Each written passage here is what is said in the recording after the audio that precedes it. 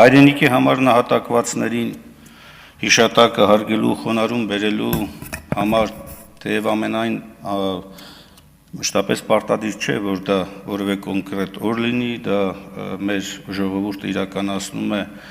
Հայաստանի Հանրապետության տոների և հիշատակի օրերում ամրագրված գրեթե բոլոր հիշարժան օրերին, անկախ նրանից դա տոն է, թե ոչ տոն օր է, բայց այնուամենայնիվ մենք ինքներս ըմբռնումով մոտենալով և կարևորելով հայրենիքի համար նահատակվածների համար առանձին օր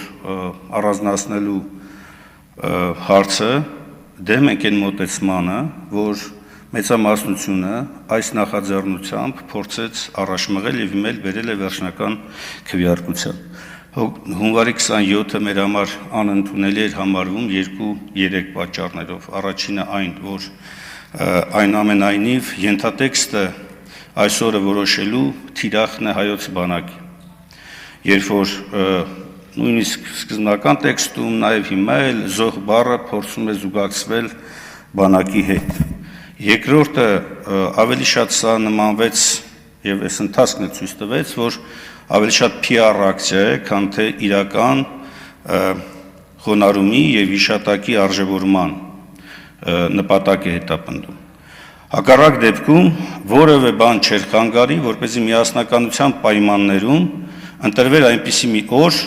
որը այո, կապված չէր լինի մեծ հաշվով որևէ ռազմական իրադարձությունների հետ, նաև կապված չէր լինի թիրախավորման հետ, այլ այն իր մեջ կամփոփեր և կներառեր շատ ավելի համապարփակ, համընդգրկուն և նահատակներին համարժեք օրվա խորհուրդ, իր նաև տարվա եղանակով պայմանավորված։ Եվ երբ որ Ռուբեն Ռուբինյանը առաջին ընթերցման ընթացքում քննարկումից հետո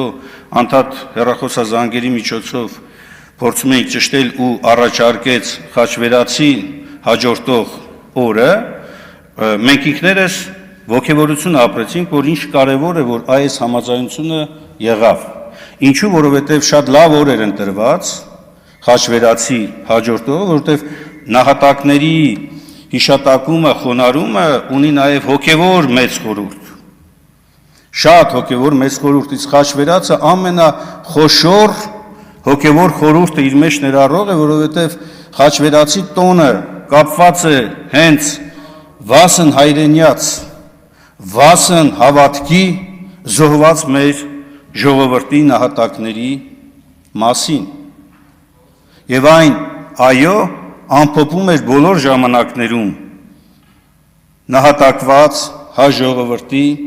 զավակներին։ Ու սա շատ կարևոր էր, կրկնում եմ, որ ուներ նաև հոգևոր խորհուրդ, բայց երբ որ այս օրը ներկայացվում է որպես արդեն մերժում քաղաքացիական պայմանագիր խմբակցության կողմից, մենք եկանք այն եզրակացության, որ այստեղ ընդհանրապես փաստորեն համաձայնության հարց չկա։ Կա ընդամենը մի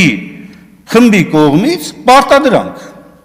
Այս մոտեցումը մեր համար մերժելի է, ընդունելի չէ։ Ուզում էիք միասնականություն, կար հնարավորություն, ընդ որում խաչվերացի օրը մենք չէինք առաջարկել, Ռուբինյանն էր առաջարկել, մենք համաձայնվել էինք։ Ես էլ միամտորեն շատերին մեր նաև ընդդիմադիր դաշտի համոզում էի, որ հնարավոր է այստեղ համաձայնության գալ։ Հիմա դուք ցույց տվեցիք հակառակը, հետևաբար մեր խմբակցությունը այս վարքագծին դեմ է քվեարկելու, ոչ թե հիշատակման։ Ռուբեն Ռուբինյան։ Պարոն Ռուբինյանի ելույթի ժամանակին ավելացրեք նաև եզրափակիչ ելույթի ժամանակը։